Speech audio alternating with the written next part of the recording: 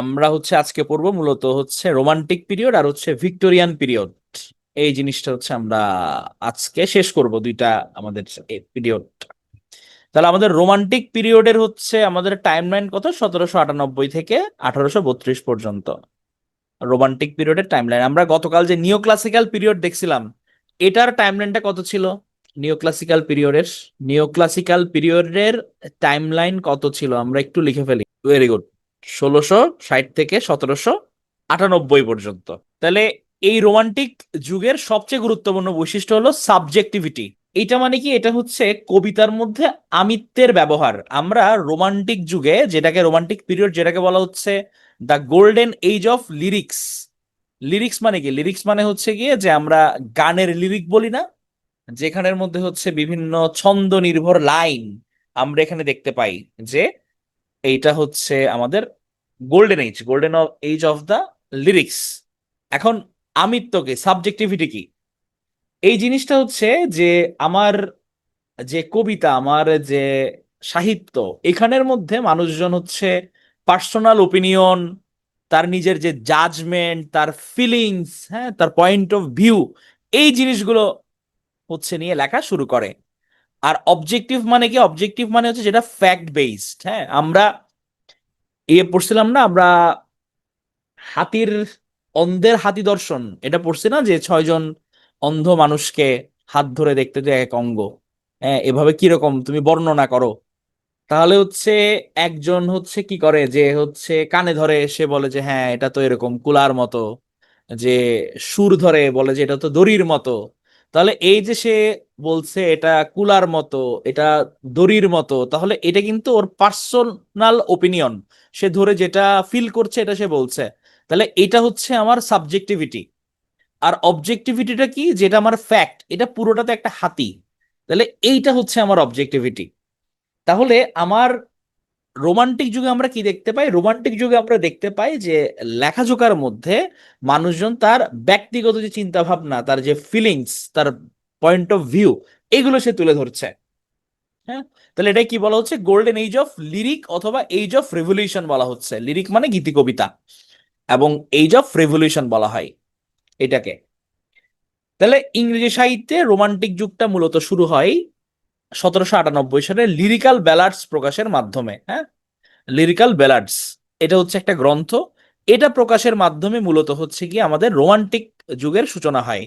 এবং রোমান্টিক যুগে এই যে লিরিক্যাল ব্যালাডস, এটা লিখছে কে কে? ব্যালাডস লিখছে উইলিয়াম ওয়ার্ডসওয়ার্থ আর এস.টি. কোলরিজ। এই দুইজন মিলে লিখছে আমাদের লিরিক্যাল ব্যালাডস। তাহলে এখানে 19টা কবিতা আছে ওয়ার্ডসওয়ার্থের, এবং কোলরিজের আছে 4টা কবিতা। তাহলে লিরিক্যাল ব্যালাডস কার কার রচনা? উইলিয়াম ওয়ার্ডসওয়ার্থের রচনা, Wordsworth plus S T. Coleridge. Bobby, এটা আরেকবার রেকর্ড দেখে নিতে হবে, যেটা আমি বলে ফেলছি এটা, যেগুলো গুরুত্বপূর্ণ গুলো আমি রিপিট করব এখানে, জাস্ট বুঝার জন্য বলছি। এখানে মনে রাখবেন যে আমাদের রোমান্টিক পিরিয়ডে সবচেয়ে গুরুত্বপূর্ণ বৈশিষ্ট্য সাবজেক্টিভিটি। হ্যাঁ, এটাই। তাহলে উইলিয়াম ওয়ার্ডসওয়ার্থ আর এস.টি. কোলরিজ, এই দুইজনের সম্মিলিত লেখা লিরিক্যাল ব্যালাডস। এটা লিটারেরি কোলাবোরেশন একটা, এটা। তাহলে এখানে রাইটার কে কে ছিল? রাইটার ছিল William Wordsworth, S T. Coleridge, Lord Byron, P B. Shelley, John Keats, Jane Austen, Sir Walter Scott, P B. Shelley. অনেক গুরুত্বপূর্ণ রাইটার কিন্তু এখানে এই পিরিয়ডে ছিল। হ্যাঁ, এবং পরীক্ষায় আসতে পারে যে আপনার নিচের কোন সাহিত্যিক রোমান্টিক পিরিয়ডের, অথবা নিচের কোন সাহিত্যিক রোমান্টিক পিরিয়ডের না, এভাবে কিন্তু প্রশ্নগুলো আসতে পারে। William Wordsworth, S T. Coleridge, Lord Byron, P B. Shelley, John Keats, Jane Austen, Sir Walter Scott, P B. Shelley. আচ্ছা, পি.বি. শেলি দুইবার চলে আসে, তাহলে একটা বাদ, ভুলে প্রিন্ট হয়ে গেছে। এবং আমরা গিয়ে আমরা এখানে কি দেখছি? আমরা এর আগে দেখছিলাম যে জীবনের জন্য তারা সাহিত্য রচনা করতেছে। আমরা আর্ট ফর হিউম্যানিটি সেক দেখছি, আর্ট ফর লাইফ সেক দেখছি। এখানে আবার এই যুগের মধ্যে আসছে কি, মানুষজন বলতেছে যে আর্ট ফর আর্ট সেক। হ্যাঁ, যে আমি যে রচনা করতেছি, এটা যে বাস্তব কিছু হতে হবে অথবা হচ্ছে এটা যে মানুষের জন্য হইতে হবে ব্যাপারটা এরকম না, সাহিত্যের জন্য সাহিত্য রচনা করাই যায়। হ্যাঁ, আমি গল্পে গরু গাছে উঠা দিতে পারি, এখানে কোনো সমস্যা নাই। হ্যাঁ, তাহলে এটা হচ্ছে কি আমার আর্ট ফর আর্ট সেক হচ্ছে গিয়ে এইটার আবার এই যুগের একটা বৈশিষ্ট্য ছিল।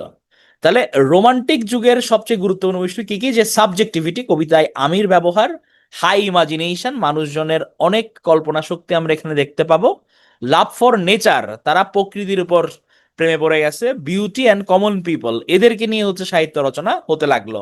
লাভ ফর নেচার, বিউটি এবং কমন পিপল, এবং সুপার ন্যাচারালিজম, অতি প্রকৃতিবাদ।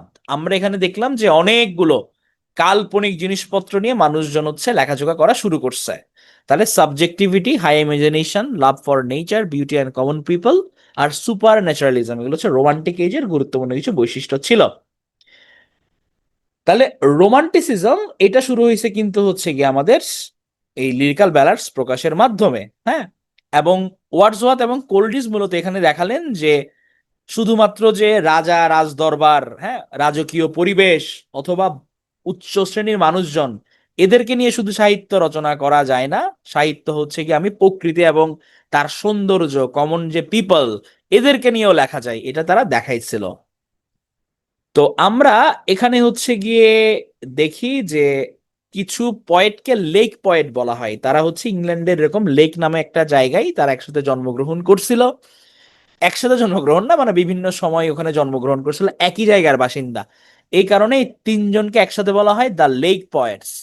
William Wordsworth, S T. কোলরিজ আর রবার্ট সাউদি, এই তিনজন কি বলা হয় দ্য লেক পয়েট নামে ওনারা খ্যাত, এই তিনজন। তাহলে প্রথমে আসি হচ্ছে আমরা এই যুগের অন্যতম একজন সেরা কবি, যার নাম হচ্ছে গিয়ে উইলিয়াম ওয়ার্ডসওয়ার্থ। উনি হচ্ছেন poet of nature, lake poet নামে খ্যাত, এবং পয়েট অফ চাইল্ডহুড, মানে ওনার লেখার মধ্যে প্রকৃতি, পরিবেশ এবং ছোটবেলার যে চাইল্ডহুডের ব্যাপার স্যাপার, এগুলো হচ্ছে গিয়ে অনেকগুলো ফুটে উঠছে। এবং উনি কিন্তু পয়েট লরিয়েট ছিলেন, অর্থাৎ রাজকবি ছিলেন। উনি বিশ্বাস করতেন যে প্রকৃতির মাঝেই হচ্ছে গিয়ে মহান সৃষ্টিকর্তা বিরাজমান, এবং আমি যদি সৃষ্টিকর্তার সান্নিধ্য লাভ করতে চাই তাহলে প্রকৃতির মাঝেই তাকে খুঁজে পাবো। মানে উনার যে সৃষ্টি, সৃষ্টির মাঝে যে স্রষ্টাকে খুঁজে পাওয়া, এইটা ছিল তার ফিলোসফি। হ্যাঁ, এটা হচ্ছে তার ফিলোসফি ছিল। হ্যাঁ, তাহলে গড ইকুয়াল টু ইউনিভার্স, এটা হচ্ছে প্যানথেইজম। হ্যাঁ, তাহলে ওয়ার্ডসওয়ার্থ হচ্ছে গিয়ে most famous poet of the romantic age, most famous poet of the romantic age আমরা এখানে দেখি। তাহলে ওয়ার্ডসওয়ার্থ পরিচিত ছিলেন একজন কবি এবং সাহিত্য সমালোচক হিসেবে। উনি poet of nature, lake poet, poet of childhood নামে খ্যাত। এবং প্রকৃতির প্রতি যেহেতু উনি গভীর শ্রদ্ধা রাখতেন, এই কারণে কিন্তু তাকে ওরশিপার অফ দ্য নেচার বলা হয়। হ্যাঁ, ওরশিপার মানে হচ্ছে যে উপাসক, ওরশিপার হচ্ছে বাংলা, তাহলে প্রকৃতির উপাসক তাকে বলা হয়।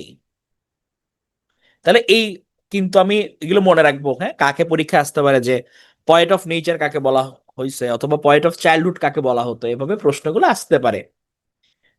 তাহলে উনাদের যে লিরিক্যাল ব্যালাডস, এটা কিন্তু হচ্ছে গিয়ে একদম রোমান্টিক এইজের সূচনা করে, লিরিক্যাল ব্যালাডসটা। এবং এই লিরিক্যাল ব্যালাডস এর হচ্ছে গিয়ে অন্যতম শ্রেষ্ঠ কবিতা তিনটা নেবে। আচ্ছা, এখানে রিসাদ বলছে যে সার রিয়েলিজম, হ্যাঁ, এখানে হচ্ছে সার রিয়েলিজমের আমরা অনেক লেখাজোখা দেখতে পাই। তাহলে লিরিক্যাল ব্যালান্স হচ্ছে এই জগতে বড় ধরনের পরিবর্তন এখানে নিয়ে আসছিল। এবং এটার অন্যতম শ্রেষ্ঠ কবিতা হচ্ছে গিয়ে যে আমার টিনটার্ন অ্যাবে, এটা হচ্ছে এখানকার অন্যতম শ্রেষ্ঠ কবিতা।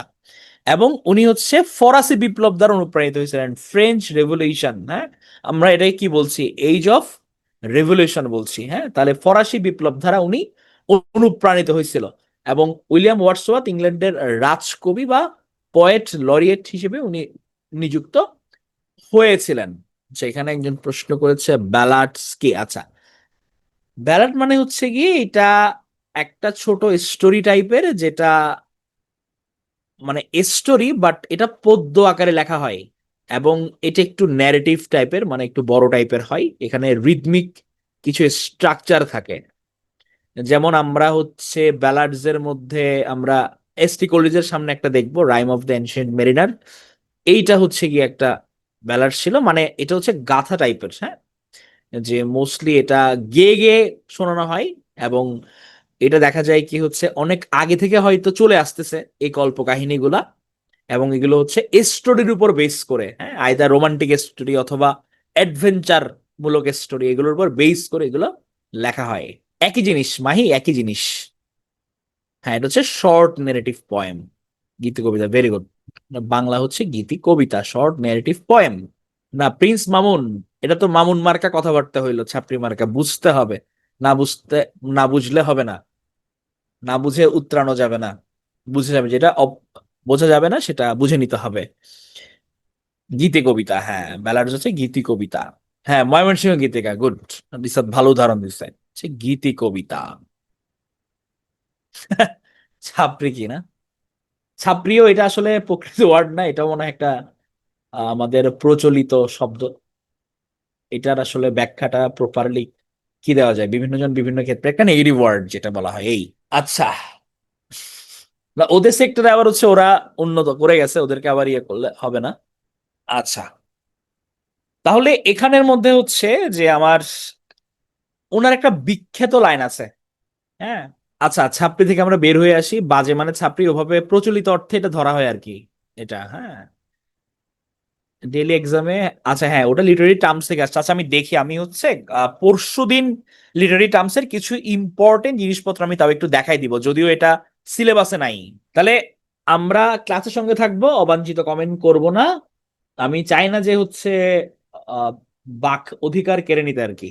তাহলে উইলিয়াম ওয়ার্ডসওয়ার্থের এই লাইনটা খুবই বিখ্যাত, এটা আমরা অজান্তেই অনেক সময় হয়তো বিভিন্ন কম্পোজিশনে ব্যবহার করছি, যে come forth forth into the light of things, let nature be your teacher. হ্যাঁ, যে প্রকৃতিকে শিক্ষক বানানো, এইটা হচ্ছে কি আমার উইলিয়াম ওয়ার্ডসওয়ার্থের একটা লাইন। মাহি, আমি কি এখন ম্যাটাফোর এবং সিমিলির কথা বলছি? আমি কি বললাম যে আমি যেটা পড়াচ্ছি এটার মধ্যে থাকতে হবে। আমরা যে ক্লাসে মনোযোগ হারাই ফেলি, অনেকে বলি যে ভাই আমার ঘুম চলে আসতেছে, আমার অ্যাবসার্ড কথা যদি আমি এখন চিন্তা করি, যেটা পড়াচ্ছি এটার থেকে বাইরে যদি চলে যাই, তাহলে সেক্ষেত্রে তো হবে না। যখন যেটা জিজ্ঞেস করার তখন সেটা করবো, আমি যখন যেটা পড়াবো তখন, এর বাইরে না। তাহলে come forth into the light, let nature be your teachers, এইটা হচ্ছে কি আমার উইলিয়াম ওয়ার্ডসওয়ার্থের একটা বিখ্যাত লাইন। তাহলে উনার ওয়েল নোন ওয়ার্ক হচ্ছে কি লিরিক্যাল ব্যালাডস, এবং এটার হচ্ছে রচিত অনেকগুলো কবিতা আছে, যে আমি হচ্ছে Goody Blake, the thorn, the idiot boy, আর সবচেয়ে হচ্ছে ইম্পর্টেন্ট কোনটা, টিনটার নেবে, এটা তার শ্রেষ্ঠ কবিতা বলা যায় এই লিরিক্যাল ব্যালাডস এর। এবং রচনা করছে কি, এটা রচনা করছে আমাদের উইলিয়াম ওয়ার্ডসওয়ার্থ সাহেব। I wandered lonely as a cloud, হ্যাঁ, বা দ্য ড্যাফোডিলস নামে যে কবিতাটা বিখ্যাত, এইটা হচ্ছে কি আমাদের উইলিয়াম ওয়ার্ডসওয়ার্থের I wandered lonely as a cloud. এবং এখানেরও হচ্ছে লাইনগুলোর সাথে আমরা কিছু লাইনের সঙ্গে পরিচিত, যে I wandered lonely as a cloud that floats on high over valleys and hills, when all at once I saw a crowd, a host of golden daffodils। মানে এখানে হচ্ছে প্রকৃতির মাঝে উনি যে হারায় গেছে, এখানে বলছে কি যে আমাদের ক্লাউডের মতো, মেঘের মতো করে মনে হচ্ছে সে উড়ছে, এবং তার যে গোল্ডেন ড্যাফোডিল গুলো মনে হচ্ছে তারা, যে ব্রিজ, যে বাতাস, এটার সাথে যেন মনে হচ্ছে নাচছে। তাহলে এটা হচ্ছে আমাদের দা ড্যাফোডিলস এর কবিতার এটাগুলো লাইন। তাহলে উনি কি বলছে এখানে, থিমটা কি, a thing of beauty gives us double pleasure. এই কবিতায় কবি ড্যাফোডিল দ্বারা বুঝিয়েছেন nature has a healing power to sorrow strike and heart. এটা মানে কি যে আমাদের আসলে যে প্রকৃতি, সবুজ প্রকৃতি, এটার কিন্তু হচ্ছে মানুষের মন ভালো করে দেয়। আমার মন খারাপ, আমি প্রকৃতির কাছে গেলাম, প্রকৃতির সান্নিধ্যে গেলাম, তখন কিন্তু আমার কি হবে, মনটা ভালো হয়ে যাবে। হ্যাঁ, তাহলে এখানে অলরেডি হচ্ছে মার্জিয়া বলেছে টু ড্যাফোডিল, এটা হচ্ছে রবার্ট হেরিক। তাহলে যেহেতু মার্জিয়া, শিপন, রাইসা অনেকে এটার কথা মেনশন করেছে, তাহলে এটা তো স্লাইড অ্যাড করে দিতে হয়, তাই না? তাহলে ছুমন্তর ছু কালকুত্তার গু। তাহলে এখানে হচ্ছে আমাদের কনফিউশন গুলো একসাথে দেওয়া। তাহলে দ্য ড্যাফোডিলস লিখলে কে, উইলিয়াম ওয়ার্ডসওয়ার্থ, এটা হচ্ছে তার পয়েম। টু ড্যাফোডিলস হচ্ছে এটা রবার্ট হেরিক, এটাও তার পয়েম। আর একটা শুধুমাত্র ড্যাফোডিলস নামে আছে, সেটা হচ্ছে টেড হিউজের পয়েম। হ্যাঁ, তাহলে কনফিউশন এই তিনটাতে লাগতে পারে। এইটা হচ্ছে কি the daffodils, William Wordsworth. To daffodils বললে রবার্ট হেরিক, আর ড্যাফোডিলস বললে টেড হিউজ। তাহলে এগুলো থেকে কিন্তু আসতে পারে পরীক্ষায়, ঠিক আছে, যে আমার কোনটা, কারণ লিটারেচারের মধ্যে অনেক কিছু মনে থাকবে যেগুলো কাছাকাছি নাম, এগুলো প্যাচ লেগে যেতে পারে, এই কারণে এগুলো এখানে মেনশন করে দেওয়া, ঠিক আছে।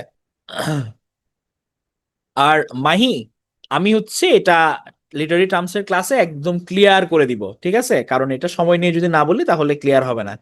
এটা জাস্ট আমরা মাথায় রাখি, আমি ক্লিয়ার করে দিব, ডোন্ট ওরি। ওনার আরেকটা বিখ্যাত কবিতা হচ্ছে গিয়ে দ্য সলিটারি রিপার। হ্যাঁ, এই সলিটারি রিপারের মধ্যে এটাও একটা ইন্টারেস্টিং স্টোরি। মানে কবি এক জায়গা থেকে আরেক জায়গায় যাচ্ছিল, এটা হচ্ছে স্যালসবেরি থেকে নর্থ ওয়েলস এর মধ্যে। তো উনি পথের মধ্যে ব্রেক নিছে এবং ওখানে টিনটার নামে একটা জায়গা ছিল, ভগ্নপ্রায় গির্জা। এখন উনি যখন ওখানে আসছে দেখতেছিল হচ্ছে গিয়ে যে টিনটার অ্যাবে না, ঠিক টিনটার অ্যাবের ওই জায়গায় ঘটনাটা আছে, সলিটারি রিপারটা আগে শেষ করি। মানে উনি দেখতেছিল যে একটা মেয়ে, সে হচ্ছে কৃষানি, সে যে খড় যেগুলো আছে খড়গুলো সে এক সাইড করে রাখতেছে এবং গুনগুন করে গান করতেছে। তাহলে এই যে এই মেয়েটা একাকী গুনগুন করে গান করতেছে, এইটা তার মনের মধ্যে খুব ভালোভাবে গেঁথে যায়। হ্যাঁ, এবং ওই ফিলিংস থেকে উনি রচনা করেন দ্য সলিটারি রিপার। এটা একটা বিখ্যাত রোমান্টিক কবিতা যেখানে প্রকৃতি এবং সঙ্গীত, মানুষের আবেগ, এগুলোকে একসাথে তুলে ধরা হয়েছে। আর টিনটার অ্যাবে, যেটা টিনটার অ্যাবে হচ্ছে কি, এটা একটা জায়গার নাম। কবি হচ্ছে একসময় এই জায়গাতে, মানে পথের মাঝখানে এটা দেখে খুব আকৃষ্ট হয়েছিল এই জায়গাটা দেখে। তো 5 বছর পর আসলে উনি ওই জায়গাটায় আবার ঘুরতে আসছে, আবার ঘুরতে এসে আবার মুগ্ধ হয়েছে যে 5 বছর আগে যেরকম দেখে গেছে এখনো সেরকম। চারিদিকে হচ্ছে নিস্তব্ধ, হ্যাঁ, সামনে নদী, সবুজ গাছপালা, পাখিরা ডাকতেছে। এটা তার খুব, মানে তার মধ্যে ভালো লাগার উদ্রেক করে। এবং ওই জায়গায় দাঁড়াই কবি হচ্ছে গিয়ে আসলে শুধুমাত্র যে প্রকৃতি দেখতেছে ব্যাপারটা এরকম না, উনি বরঞ্চ প্রকৃতির সঙ্গে একটা অ্যাটাচমেন্ট ফিল করছে, আধ্যাত্মিক সম্পর্ক। আমরা মাঝে মাঝে কিন্তু যখন ধরেন সমুদ্রের সামনে বসি অথবা হচ্ছে একদম প্রকৃতির কাছে যাই, নেচারের কাছে একা একা ধরেন বসে আছি, আমাদের কিন্তু ছোটবেলার অনেক কাহিনী মনে পড়ে, ভালো লাগা কাজ করে। আবার অনেকজন হচ্ছে গিয়ে এত সুন্দর প্রক্রিয়া দেখে আমাদের যে স্রষ্টা সৃষ্টিকর্তা, তার সঙ্গে কিন্তু একটা অ্যাটাচমেন্ট ফিল হয়, মনে হয় যে এত সুন্দর দুনিয়া স্রষ্টা সৃষ্টিকর্তা যে সৃষ্টি করলো, হ্যাঁ, মনে হয় যে একটা কানেকশন আমি ফিল করি সৃষ্টিকর্তার সাথে, স্রষ্টার একটা কানেকশন, সৃষ্টির সাথে স্রষ্টার, মানে উপরওয়ালা আমাকে সৃষ্টি করছে, তাহলে আমার কে যে সৃষ্টি করছে তার সঙ্গে যে একটা আধ্যাত্মিক টান, এটা আমরা অনেক সময় নেচারের কাছে গেলে ফিল করি। তাহলে এটা নিয়েই হচ্ছে মূলত কবি এই যে ফিলিংস গুলা, এটা কিন্তু তার টিনটার্ন অ্যাবেতে হচ্ছে লিখে আসছে, লিখছেন। হ্যাঁ, এই কারণে উনি কি বলছে যে nature never did betray the heart that loved her. তাহলে প্রকৃতি কখনো ফেরায় না। মানুষ কষ্ট দিতে পারে, সবকিছু, অনেকে অনেক কিছু বলতে পারে, কিন্তু আমি যখন প্রকৃতির কাছে যাই, তখন একবার যদি হচ্ছে আমি তাকে ভালোবাসা দিই প্রকৃতিকে, তখন কিন্তু সে আমাকে কখনোই ফেরাবে না। Nature never did betray the heart that loved her. তাহলে কোটেশন গুলো কিন্তু খুবই গুরুত্বপূর্ণ। এখানে উইলিয়াম ওয়ার্ডসওয়ার্থ থেকে হচ্ছে কোটেশন গুলো আসতে পারে, আসার মতো। তাহলে never did betray the heart that loved her, এটা হচ্ছে টিনটার্ন অ্যাবের একটা লাইন। আরেকটা ওনার বিখ্যাত লাইন আছে হচ্ছে, আমরা ছোটবেলায় পড়ছি না যে ঘুমিয়ে আছে শিশুর পিতা সব শিশুরই অন্তরে। হ্যাঁ, যে আমি বড় হয়ে কি হব, আমার চিন্তা ভাবনা কেমন হবে, এটা আসলে ছোটবেলা থেকেই মোটামুটি বিকশিত হয়। হ্যাঁ, তাহলে ওইটা একটা লাইন ইংরেজিতে আছে হচ্ছে যে আমার the child is the father of the man. হ্যাঁ, child is the father of the man, এটা হচ্ছে ওয়ার্ডসওয়ার্থের একটা লাইন। আচ্ছা, এই ছবিটা কি কেউ চিনতে পারবে? না চেনার কথা, এটা অনেক আগের একটা ছবি। এইখানে হচ্ছে ছবির, হ্যাঁ, প্যারিস চিনে ফেলছেন। এটা হচ্ছে আরেফিন ভাইয়ের বড় মেয়ে। হ্যাঁ, প্যারিস, এইটা আমরা মোটামুটি সব ক্লাসের মধ্যে এই ছবিটা রাখি, কারণ মানে এটা একটা প্রতীকী ছবি আর কি। আমাদের প্যারিস হচ্ছে গিয়ে মানে আরেফিন ভাই, তানহা আপু, দুইজনেরই হচ্ছে মানে একদম অবিকল একটা কপি আর কি। এই কারণে বলে the child is father of the man. তাহলে এটা কিন্তু একটা গুরুত্বপূর্ণ লাইন। এছাড়া হচ্ছে কি বলছে যে come forth into the light of things, let nature be your teacher, এটা কিন্তু আরেকটা গুরুত্বপূর্ণ লাইন। এগুলো মনে রাখতে হবে। ভাইয়ের বাচ্চা 4 জন।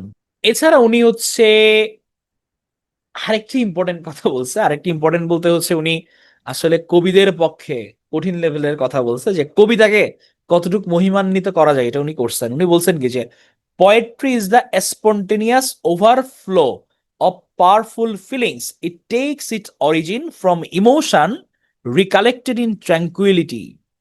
উনি বলছে যে আমাদের যে ফিলিংস, এই ফিলিংস গুলো হচ্ছে গিয়ে কবিতার মাধ্যমে হচ্ছে এটা ফ্লো করা যায়। যখন কবিরা কবিতা লেখে, এটা মূলত হচ্ছে তাদের যে ফিলিং, তাদের যে ইমোশন, এটার একদম স্পন্টেনিয়াস একটা অভিব্যক্তি। আমরা কবিতার মাধ্যমে এটা আমরা ব্যক্ত করতে পারি। হ্যাঁ, এটা হচ্ছে উইলিয়াম ওয়ার্ডসওয়ার্থের একটা বিখ্যাত লাইন। তাহলে আমরা ওয়ার্ডসওয়ার্থ থেকে কিন্তু অনেকগুলো কোটেশন দেখলাম, এগুলো আমাদের মনে রাখতে হবে। তাহলে nature never did betray the heart that loved her, let nature be your teacher, child is the father of man. হ্যাঁ, তারপর হচ্ছে poetry is the spontaneous overflow powerful feelings. এগুলো আমরা একটু মনে রাখবো। এখন আমরা আসবো হচ্ছে গিয়ে আরেকজন কবির কাছে, যাকে বলা হতো পয়েট অফ সুপার ন্যাচারালিজম। এবং এটাও অনেকে বলে যে এ ব্যক্তি হয়তো কিছু খেয়ে কবিতা লিখছে। হ্যাঁ, এরকম অনেকে বলে থাকে। হ্যাঁ, উনি কবিতার মাঝখানে মাঝখানে হচ্ছে কিছু একটা খাইতো। তাহলে উনার নাম হচ্ছে আমাদের S T. Coleridge, Samuel Taylor Coleridge. তো ওনাকে কি বলা হতো? পয়েট অফ সুপার ন্যাচারালিজম, অতি প্রাকৃতিক জিনিসপত্র উনি লিখতো। হ্যাঁ, ওপিয়াম ইটারও বলা হতো। তাহলে he was an English poet, literary critic and philosopher. With his friend William Wordsworth was a founder of the romantic movement. তাহলে উনার যে রাইটিং স্টাইল, এটাকে বলা হয় সাসপেনশন অফ ডিসবিলিভ। আমাদের রিসার্চ যে বলছিল যে ভাই সাররিয়ালিজম, হ্যাঁ, এইটা হচ্ছে এই টাইপের লেখা। মানে জিনিসটা কিরকম? জিনিসটা হচ্ছে গিয়ে যে আমি গল্প ধরেন পড়া শুরু করলাম, আমি বুঝতে পারতেছি যে এটা কাল্পনিক, কিন্তু আমি পড়তে পড়তে এমন ভাবে এটাতে ঢুকে গেছি, আমি আসলে আলাদা করতে পারতেছি না। আমার মনে হচ্ছে যে এটাই বাস্তব হয়তো। হ্যাঁ, যে আমি আবার বিলিভ করতেছি আবার বিলিভ করতেছি না, এটাকে বলা হচ্ছে সাসপেনশন অফ ডিসবিলিভ। যেখানে পাঠক বা দর্শক গল্পের জন্য বাস্তবতার সীমাবদ্ধতা বা আবিষ্কারকে সাময়িকভাবে বাদ দেয় এবং কল্পনার জগতে প্রবেশ করে। মানে আমি পুরো ঢুকে গেছি গল্পটার মধ্যে, কাল্পনিক হলে মনে হচ্ছে হয়তো এটাই সত্যি। এটাকে বলা হয় সাসপেনশন অফ ডিসবিলিভ। তাহলে এবং এটার একটা উৎকৃষ্ট উদাহরণ এবং ওনার যেটা একটা বিখ্যাত রচনা, সেটা হচ্ছে আমাদের the rime of the ancient mariner. খুবই বিখ্যাত একটা তার পয়েম। তো এটার কাহিনী কি? এটার কাহিনী হচ্ছে গিয়ে যে প্রাচীন নাবিক ওনারা হচ্ছে একটা জায়গায় যাচ্ছে। এখন যাওয়ার জন্য তো হচ্ছে টাইম পাস করতে হবে, তারা গল্প বলতেছে একজন একজনকে। আচ্ছা, কোনো সমস্যা নেই, প্রকৃতিও খুব ভালো, তারা আরামসে গল্প গুজব করতে করতে যাচ্ছে। এখন হঠাৎ করে হচ্ছে আবহাওয়া খারাপ হয়ে গেল ওখানকার, মানে যে সমুদ্রের আবহাওয়া। এখন একটা অ্যালবাট্রস পাখি তাদের জাহাজের মধ্যে উড়ে আসে, উড়ে এসে বসে। এবং সেটা আসার পর আবহাওয়া আবার ভালো হয়ে যায় এবং সবাই চিন্তা যে না, আমরা বলি না যে না, এই পাখিটা হচ্ছে লাকি, সে হচ্ছে গিয়ে আমাদের আবহাওয়া ভালো করে দিচ্ছে, সবাই তার প্রশংসা করা শুরু করে। কিন্তু যে বুড়ায় নাবিকটা, এনশিয়েন্ট ম্যারিনার, যে সে হুট করেই হচ্ছে গিয়ে ওই পাখিটাকে ধনুক দিয়ে মেরে ফেলে। এখন যখন মেরে ফেলে পাখিটাকে, তখন কিন্তু হঠাৎ করে আবহাওয়া আবারও খারাপ হয়ে যায়। এবং নাবিকরা বলে যে তুমি যে ওকে মারছো এই কারণে এই অবস্থা হয়েছে। এবং মৃত অ্যালবার্ট্রসকে হচ্ছে তার গলায় ঝুলাই দেয়। এবং হঠাৎ করে দেখা গেল যে ওখানকার বাতাস থেমে গেছে, সমুদ্রের যে পানি, এটা হঠাৎ করে পৌঁছে গেছে। পৌঁছে গিয়ে হচ্ছে ওখানে চারপাশে হচ্ছে অবাঞ্ছিত প্রাণীরা কিলবিল করতে আছে, যে কৃমি, ব্যাকটেরিয়া, ভাইরাস, মানে বিদঘুটে সব প্রাণীরা চারপাশে দেখতেছি কিলবিল করতেছে। সমুদ্রের পানি পৌঁছে গিয়ে একই অবস্থা খারাপ। এখন তারা চারপাশে পানি আছে কিন্তু পান করতে পারতেছে না, এবং সকল নাবিকরা তৃষ্ণায় মারা গেছে। এখন এনশিয়েন্ট মেরিনার শুধুমাত্র সে বেঁচে আছে, এবং তার এই যে অপরাধ সে করছে, এটার জন্য তার আবার অনুশোচনা হতে লাগলো যে আমি কেন অ্যালবাট্রসকে মারলাম। এখন তার মধ্যে এই যে অনুশোচনা আসছে, আসার ফলে তার ঘাড়ের মধ্যে যে অ্যালবাট্রসটা ঝুলাই দিছিল, এটা তখন পড়ে যায়। এবং হঠাৎ করে আবহাওয়া ভালো হয়ে বৃষ্টি হওয়া শুরু করে, এবং দেখে যে তার দেশের নৌবন্দর সে দেখতে পাই। তিনি মুক্ত অনুভব করেন, কিন্তু তার জাহাজ যদিও হচ্ছে ডুবে যায়, কিন্তু ভাগ্যক্রমে তিনি বেঁচে যান। হ্যাঁ, তাহলে এই যে একটা লেখা যে অ্যালবাট্রোস পাখি আসলো, চারপাশের আবহাওয়া খারাপ হয়ে গেল ওকে মেরে ফেলার পর, তার ঘাড়ে ঝুলাই দেওয়া হলো, সকল নাবিক মারা গেল কিন্তু সে নিজে বেঁচে গেল। হ্যাঁ, তাহলে এটাকে বলা হচ্ছে অতিপ্রাকৃত। হ্যাঁ, হ্যাঁ, এই যে আজব, তানভীর রেজওয়ান, তুমি যে আজব কথারও বললা, এইটাই হচ্ছে গিয়ে সুপার ন্যাচারালিজম এর ব্যাপার। এবং এটার বিখ্যাত line, water water everywhere nor any drop to drink, যে আমার চারপাশে আমার এত পানি কিন্তু আমি এক ফোঁটাও পান করতে পারছি না, কারণ পানিগুলো নষ্ট হয়ে গেছে। হ্যাঁ, তাহলে water water everywhere nor any drop to drink, এটা হচ্ছে এনশিয়েন্ট মেরিনারের একটা বিখ্যাত লাইন। হাওয়া সিনেমা, ভেরি গুড। এটা হচ্ছে হাওয়া সিনেমাতে কিন্তু এই কনসেপ্টটা নিছে। এছাড়া হচ্ছে গিয়ে তার যখন সকল নাবিক যখন মারা যায়, তখন হচ্ছে গিয়ে সে বলে যে alone alone all all alone, alone on a wide wide sea and never a saint took pity on my soul in agony. যখন হচ্ছে সবাই মারা গেল, সে একা, তার গলায় অ্যালবাট্রস ঝোলানো, পরিবেশ খারাপ, তখন সে বলে যে এই যে বিশাল সমুদ্র, এই সমুদ্রের মধ্যে আমি একা, আমার সঙ্গী সাথী কেউ নাই, সবাই মারা গেছে এবং সৃষ্টিকর্তা আমার দিকে চোখ তুলে তাকাচ্ছে না। তাহলে alone alone all alone, alone wide wide sea and never saint to pity on my soul in agony. তাহলে আমরা rime of the ancient mariner মনে রাখবো, লিখছে গিয়ে আমাদের এস.টি. কোলরিজ। এখন আমরা দেখবো একজন স্যারকে, ওনার নাম হচ্ছে স্যার ওয়াল্টার স্কট। তাহলে ওনার নামের মধ্যেই স্কট আছে, মানে উনি জন্মগ্রহণ করছে স্কটল্যান্ডেই। স্কটিশ একজন নোভেলিস্ট, প্লেরাইট এবং পোয়েট। ওনাকে বলা হয় father of the regional historical novel বলা হয়। এবং ওনার বিখ্যাত যে রচনাটা, তার নাম হচ্ছে আইভান হো। তার একটা বিখ্যাত রচনা এবং তার একটা পয়েম আছে বিখ্যাত, সেটার নাম হচ্ছে প্যাট্রিয়টিজম। এবং প্যাট্রিয়টিজমের একটা বিখ্যাত লাইন হচ্ছে this is my own my native land. বলা হয় উনি হচ্ছে তার দেশকে খুবই ভালোবাসতো, ওই থেকে ইমোশন থেকে উনি লিখছেন। তাহলে this is my own my native land, breathes there a man with soul so dead who never to himself have said this is my own my native land. তাহলে প্যাট্রিয়টিজম, এটা তার পয়েম। আইভান হো তার বিখ্যাত একটা রচনা। দুইটা আমরা মনে রাখবো, যে আইভান হো কে রচনা করছে, প্যাট্রিয়টিজম কে রচনা করছে। রচনা করছে হচ্ছে আমাদের স্যার ওয়াল্টার স্কট। তাহলে প্যাট্রিয়টিজম নিয়েও হচ্ছে গিয়ে কিছু কনফিউশন থাকে। আচ্ছা, এখানে একটা জিনিস বলে রাখি, যেটা কিন্তু নভেল। হ্যাঁ, নভেল, এটা আবার ভুলে যাবো আমরা। তাহলে এই যে প্যাট্রিয়টিজম, আমরা দা প্যাট্রিয়ট নামে একটা আরেকটা কবিতা আছে। হ্যাঁ, তাহলে এইটা আবার লিখছে হচ্ছে রবার্ট ব্রাউনিং এর কবিতা। না, হ্যাভস দিয়ে হচ্ছে কি হ্যাভ বুঝাই, হ্যাভ, হ্যাভ হ্যাড, এটা মানে ল্যাঙ্গুয়েজটা তো হচ্ছে প্রথম ক্লাসে বলছিলাম না যে আসলে বিবর্তনের মাধ্যমে আসে। তো আমরা আগের যে রাইটিং গুলো দেখবো ওখানে কিছু ডিফারেন্স দেখতে পাই, ডিফারেন্ট। এইটা হচ্ছে গিয়ে ওরা ওই স্টাইলটা তখন ব্যবহার করতো এভাবে। আমরা অনেক কিছুই দেখবেন যে অনেক আগের শুরুর দিকের সাহিত্য পড়লে অনেক কিছু অনেক কঠিন মনে হয় লেখাগুলা, কারণ আমরা এখন যে ফর্মটা দেখি এটা অনেকটা বিবর্তনের মাধ্যমে আসছে। তো এই হ্যাথ, যেটা হ্যাথ দিয়ে হচ্ছে হ্যাভ সেইড, হ্যাড সেইড, এগুলো ব্যবহার করা হইতো, এগুলো বোঝানো হইতো। তাহলে প্যাট্রিয়টিজম হচ্ছে গিয়ে স্যার ওয়াল্টার স্কটের একটা পয়েম, আর দা প্যাট্রিয়ট হচ্ছে গিয়ে রবার্ট ব্রাউনিং এর পয়েম। হ্যাঁ, যেমন ফারহানা বললো, শেক্সপিয়ার আর চসারের অরিজিনাল লেখা পড়া যায় না, অনেক কঠিন। তাহলে এখান থেকে হচ্ছে আমরা মনে রাখবো স্যার ওয়াল্টার স্কট থেকে দুইটা জিনিস, আইভান হো তার নভেল এবং প্যাট্রিয়টিজম হচ্ছে তার পয়েম। এখন আপনার মনে প্রশ্ন আসতে পারে যে ভাই, এখানে তো হচ্ছে খালি তো পুরুষদের কথা, নারীরা কি কেউ রচনা করে নাই? নারীরাও রচনা করছে। হ্যাঁ, এবং এই রোমান্টিক পিরিয়ডে আমরা একজন নভেলিস্টকে দেখবো যে ছিল এন্টি রোমান্টিক। হ্যাঁ, সে নারী হলেও হচ্ছে এন্টি রোমান্টিক কথাবার্তা লিখছে। তাহলে উনি হচ্ছে an anti romantic novelist in romantic period, Jane Austen. Anti romantic novelist হিসেবে উনি খ্যাত। উনি ভালোবাসার একদম অবস্থা ডাল করে ফেলছে। এবং ওনার বিখ্যাত কিন্তু কিছু একটা নোভেল আছে, সেটা হচ্ছে প্রাইড এন্ড প্রিজুডিস। তাহলে প্রাইড এন্ড প্রিজুডিস বললেই আমরা মনে রাখবো জেন অস্টেনের কথা, ওনার বিখ্যাত one of the most sold novel world wide.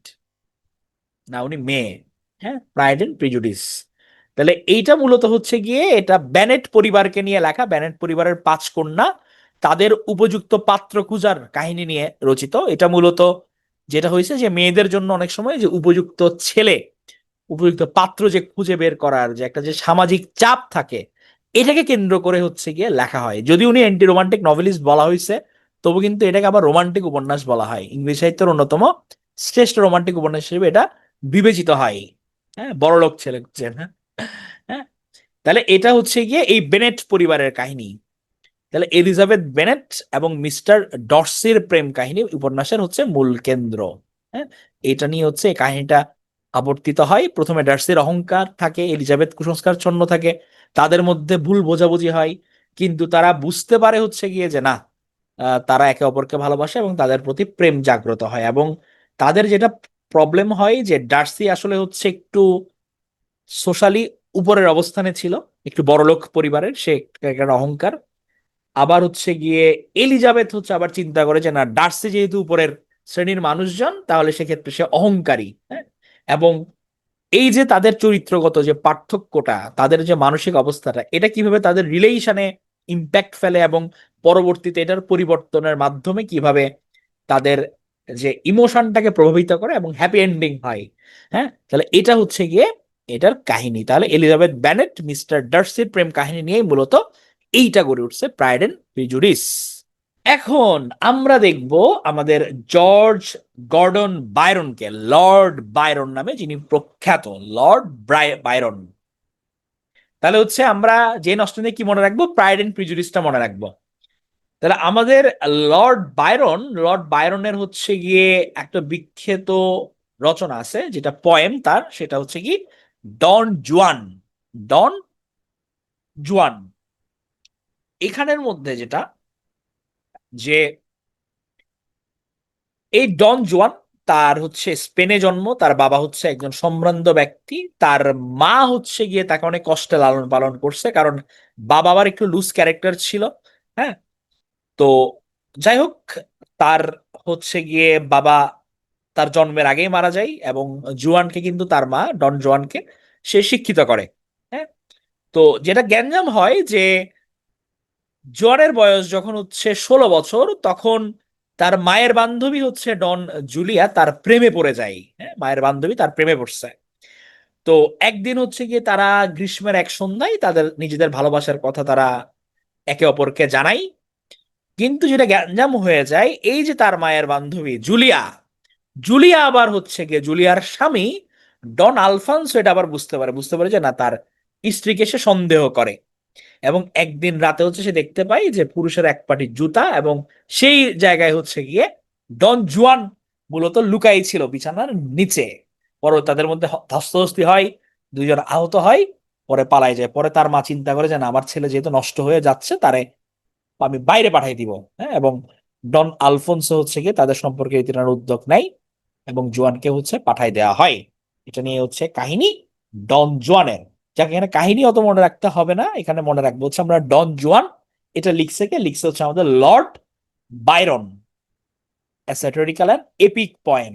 তাহলে এখানে হচ্ছে এটা বুঝতে করতে হবে না, জাস্ট এটা একটা লাইন এই কবিতার, যে I love you for this love have lost estate station heaven mankind my own esteem and yet cannot regret what it has caused. So dear is still the memory of the dream, yet if I name my guilt, 'tis not to boast. None can deem harshlier of me than I deem. I trace this scrawl because I can't rest. I have nothing to reproach or to request.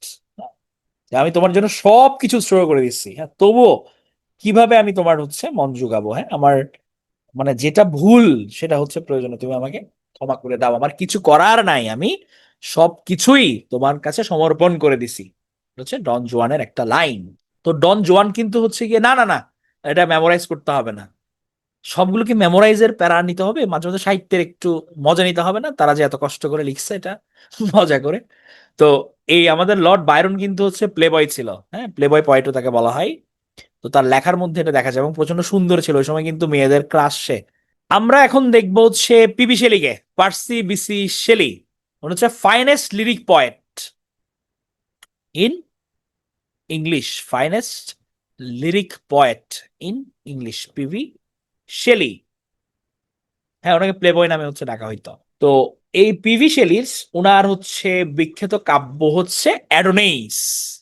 অ্যাডোনেইস এটা হচ্ছে তার পরম বন্ধু কবি কিটসের মৃত্যুতে মূলত উনি এই শোকগাথাটা রচনা করেন। হ্যাঁ, এলিজি রচনা করেন তার বন্ধুর মৃত্যুতে, অ্যাডোনেইস। ওড টু ওয়েস্ট উইন্ড এটা তার একটা বিখ্যাত রচনা। টু এ স্কাইলার্ক এটা হচ্ছে তার আরেকটা রচনা। আরেকটা বিখ্যাত কবিতা হচ্ছে তার ওজাইমেন্ডিয়াস। তাহলে হচ্ছে এখানে কি কি আমরা মনে রাখবো? আমরা হচ্ছে অ্যাডোনিসটা মনে রাখবো, ওটস টু ওয়েস্ট উইন্ড মনে রাখবো, টু এ স্কাই লার্ক মাথায় রাখবো, ওজাইমেন্ডিয়াস মাথায় রাখবো। ঠিক আছে? তো এই ওজাইমেন্ডিয়াস এইটা হচ্ছে গিয়ে তার যে কাব্য, হ্যাঁ, এইটার হচ্ছে বিষয়বস্তুটা খুবই ইন্টারেস্টিং। বলা হয় হচ্ছে গিয়ে যে মানুষের মানে এখানে যেটা দেখায় যে একটা পথিক সে হচ্ছে মরুভূমি দিয়ে যাচ্ছে, সে দেখতে পায় মরুভূমির মধ্যে হচ্ছে বড় একটা মানে ভাস্কর্য পড়ে আছে ভাঙা অবস্থায়। সে দেখতে পায় পা, তো মাথা এরকম ভগ্নাংশ। তো আরেকটু সামনে গিয়ে সে দেখে যে ওখানে খোদাই করা আছে তার যে ভাঙা মূর্তিটা, ওটার পাদদেশে কিছু লাইন খোদাই করা আছে। ওখানে মেনশন করা হয় যে মানে আমি সেই রাজা ওজাইমেন্ডিয়াস, মানে আমি পৃথিবীর সবচেয়ে সেরা রাজা এবং আমার কোনো কিছু হবে না, এরকম একটা ব্যাপার। তো এটার মূলত বিষয়বস্তু হচ্ছে কি যে মানুষের আসলে যে ক্ষমতা এটা ক্ষণস্থায়ী। হ্যাঁ, আমি যত কিং অফ কিংস হই না কেন এক সময় হচ্ছে আমার ক্ষমতা চলে যাবে। আমি যদি বেশি অহংকার করি সেটার পরিণতি ভালো হয় না, কোনো কিছু এক্সট্রিম অতিরিক্ত কোনো কিছু ভালো না। হ্যাঁ, সেটা হচ্ছে ওজাইমেন্ডিয়াসের কাহিনী। তাহলে এইটা তার একটা অন্যতম শ্রেষ্ঠ সনেট কিন্তু ওজাইমেন্ডিয়াসটা। হ্যাঁ, এবং এখানে হচ্ছে ভ্রমণকারীর কাছে শোনেন বিশাল এক মূর্তির ধ্বংসাবশেষ মরুভূমিতে পড়ে আছে। মূর্তির ভাঙা পা, মাথা, বুকে খোদাই করা লেখা যে একসময় মহাপরাক্রমশালী রাজা ওজিমেন্ডিয়াসের একটা মূর্তি। হ্যাঁ, রামসেস টু এর এটা হচ্ছে প্রতীক। পজিটিভ হৃদয়, হাত নামাও, পকেটে হাত ঢুকাও, কোনো প্রশ্ন থাকলে করো। তাহলে এখানে এটার পাদদেশে যেটা লেখা ছিল ইন্টারেস্টিং লাইনটা যে লুক অন মাই ওয়ার্কস ইয়ে মাইটি অ্যান্ড ডিসপায়ার। হ্যাঁ, যে আমার যে কৃতিত্ব এটার দিকে তাকাও, আমি কত মহান। তাহলে এটা হচ্ছে ওজাইমেন্ডিয়াসের গর্ব এবং নিজের শক্তি এবং ক্ষমতার প্রতি আত্মতুষ্টি প্রকাশ করে। তিনি মনে করতেন তার সৃষ্টি চিরকাল থাকবে এবং বিশ্ব তাকে শ্রদ্ধার চোখে দেখবে। হ্যাঁ, এবং দিন কি হয়, তার এই যে বড় সাম্রাজ্য, তার যে অহংকার, সবকিছু কিন্তু ধূলিসাৎ হয়ে যায় একমাত্র।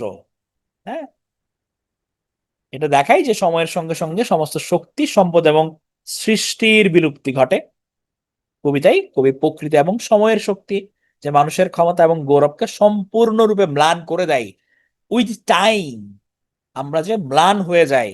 আমরা এখন যদি বলি আমাদের বাবার নাম পারবো, বাবার বাবার নাম পারবো, তার বাবার বাবার নাম, মানে 3 জেনারেশন আগের কথাই আমরা ভুলে যাই। হ্যাঁ, আমরা নিজেদের আমাদের ফ্যামিলি, হ্যাঁ, কিন্তু আমরা নিজেরা এখানে হচ্ছে কত বড়াই করি যে আমার হ্যান, আমি ত্যান, আমি এটা উল্টায় ফেলবো, আমি সেটা করে ফেলবো। হ্যাঁ, তাহলে ওজাইমেন্ডিয়াসের মেন থট হচ্ছে গিয়ে যে আমার এই যে উইথ টাইম মানুষের সবকিছু বিলুপ্ত হয়ে যায়। তাহলে পিবি শেলির এটা খুব বিখ্যাত একটা সনেট। তার কিছু গুরুত্বপূর্ণ যদি কোটেশন দেখি আমরা, O wind if winter comes can spring be far behind. এইটা হচ্ছে আরেকটা লাইন যেটা আমরা ফ্রিকোয়েন্টলি ব্যবহার করছি আমাদের এসেতে। O wind if winter comes can spring be far behind. আমরা এটাকে বাংলা কি করি যে মেঘ দেখে কেউ করিস নে ভয়, আড়ালে তার সূর্য হাসে। আমাদের এখন মনে হচ্ছে যে দাদা, ভাই, স্যার, মাথা তো কিছুই ঢুকছে না, খুব কঠিন মনে হচ্ছে, নাম্বার কম পাচ্ছে, কম পাচ্ছি। কিন্তু হচ্ছে কি বলবো যে মেঘ দিয়ে কেউ করিস নে ভয়, আড়ালে তার সূর্য হাসে। আমরা যদি পড়ে যাই, নিয়মিত এক্সামে অ্যাটেন্ড করি, প্রশ্নগুলো সলভ করি, পিডিএফ গুলো পড়ি, রিয়েলি পড়ার টেবিলে থাকি, সমস্ত অনুষ্ঠান সোশ্যাল গ্যাদারিং অ্যাভয়েড করে এই কিছুদিনের জন্য আনসোশ্যাল হয়ে যাই, প্রকৃত পরিশ্রম করি, পড়াশোনা আর সৃষ্টিকর্তার প্রার্থনা এই দুটো সুন্দরভাবে চালাই যায়, হোপফুলি আমাদের জন্য ভালো কিছু অপেক্ষা করছে। হ্যাঁ, তো ববি, রাইসা, মেঘ দিয়ে কেউ করিস না ভাই, আড়ালে তার সূর্য হাসে, আসবে আসবে, সব হবে শিপন, সব হবে। পড়তে হবে শিমু, পড়তে হবে। হ্যাঁ, তাহলে এটা তার একটা বিখ্যাত লাইন। হ্যাঁ, ক্লাস শেষ করে স্লাইড কোয়েশ্চেন এগুলো পড়তে হবে, সমস্যা নাই। সাদিয়া, চালাই যেতে হবে, এক্সাম কেন খারাপ হচ্ছে এটা বের করতে হবে, কোথায় ভুল হচ্ছে। তাহলে এটা হচ্ছে পিবি শেলির একটা ইম্পর্টেন্ট কোটেশন। তাহলে তার লেখাগুলো কি কি important? Adonais, ode to west wind, to a skylark, Ozymandias. আর কোটেশন হচ্ছে wind, if winter comes can spring be far behind. হ্যাঁ, মাঝে মাঝে পারা যায় না ফারহানা, এটা ঠিক আছে। হচ্ছে জন কিটস। আমরা দেখবো এখন একজন সুন্দর মানুষ, সুন্দর পয়েট অফ বিউটি নামে যিনি পরিচিত। ওনার একটা বিখ্যাত line, A thing of beauty is a joy forever. Its loveliness increases. It will never pass into nothingness. A thing of beauty is a joy forever. তাহলে পয়েন্ট অফ বিউটি বলা হয় thing of beauty is a joy for ever. এই লাইনটাও কিন্তু খুব গুরুত্বপূর্ণ, এটাও আসে। এটা কে বলছে? এটা বলছে হচ্ছে আমাদের জন কিটস এর। তো জন কিটস হচ্ছে গিয়ে সৌন্দর্যের কবি নামে পরিচিত ছিল, যে as a point of beauty, Hellenism, sensuousness, romanticism, nature, pessimism. হ্যাঁ, এটা হচ্ছে গিয়ে এগুলো ওনার সব উপাধি। হ্যাঁ, প্রেমিক, তারপর হচ্ছে রোমান্টিক, সে বিউটি, বিশেষ করে পয়েন্ট অফ বিউটি নামে পরিচিত ছিল। তো উনি কিন্তু জন কিটস শুধুমাত্র যে সাহিত্যিক ছিল এটা না, উনি কিন্তু বাই প্রফেশন, এটা হচ্ছে man of medicine. John Keats medical book. Mamun সুন্দর কথা বলছে, দোহাই তোদের একটু চুপ কর, ক্লাসটা শেষ করিবারে দে অবসর। তাহলে অপ্রাসঙ্গিক কথা বলার জন্য ডক্টর বাই প্রফেশন। হ্যাঁ, a man of medicine. Sensuousness মানে হচ্ছে এটা সৌন্দর্যের মতোই, আমরা সেন্সাস বলি না বিউটিকে। পেসিমিজম মানে হচ্ছে তার দুঃখবাদী একটু, পেসিমিস্টিক। আবার তার লেখার মধ্যে মাঝে মাঝে পেসিমিজম চলে আসতো, এটা অপটিমিজমের বিপরীত।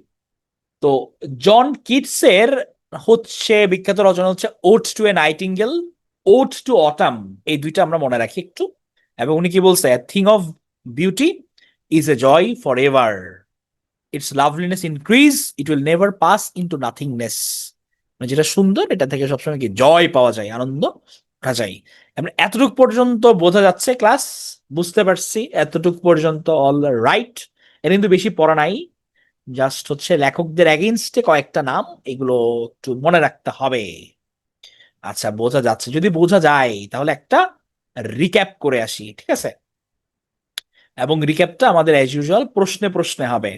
তাহলে আমরা রোমান্টিক যুগের যদি একটা গুরুত্বপূর্ণ বৈশিষ্ট্য বলি, এটা হচ্ছে কি সাবজেক্টিভিটি ছিল নাকি অবজেক্টিভিটি ছিল? এটা ছিল আমার সাবজেক্টিভিটি, রোমান্টিক যুগের গুরুত্বপূর্ণ বৈশিষ্ট্য। এবং আমাদের যে রোমান্টিক যুগের যাত্রা শুরু হয়েছিল, এইটা কোনটার মাধ্যমে শুরু হয়? ওয়ার্ডসওয়ার্থ এবং এস.টি. কোলরিজের কোন লেখার মাধ্যমে শুরু হয়? এটা লিরিক্যাল ব্যালাডস প্রকাশের মাধ্যমে শুরু হয়। লিরিক্যাল ব্যালাড 1798 ইংরেজ সাহিত্যে রোমান্টিক যুগ শুরু হয়, এটা প্রকাশিত হওয়ার মাধ্যমে। আমরা এই পিরিয়ডে অনেক গুরুত্বপূর্ণ লেখক দেখছি।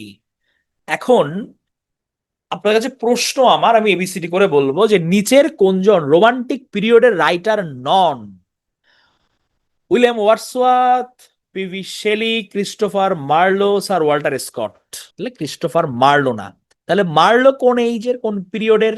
ক্রিস্টোফার মার্লো কোন পিরিয়ডের ছিল? এটা হচ্ছে রেনেসা বা এলিজাবেথান পিরিয়ডের মধ্যে ছিল। Very good.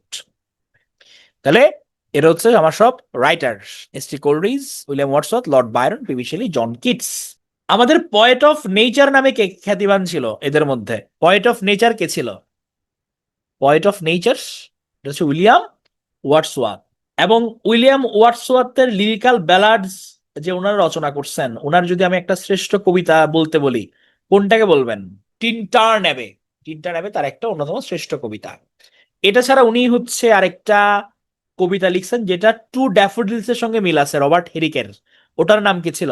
দা ড্যাফোডিলস। তাহলে উইলিয়াম ওয়ার্ডসওয়ার্থের হচ্ছে আমাদের পয়েট অফ চাইল্ডহুড বা পয়েট অফ নেচার উনি হচ্ছে টিনটার্ন অ্যাবে, ওনার একটা বিখ্যাত রচনা।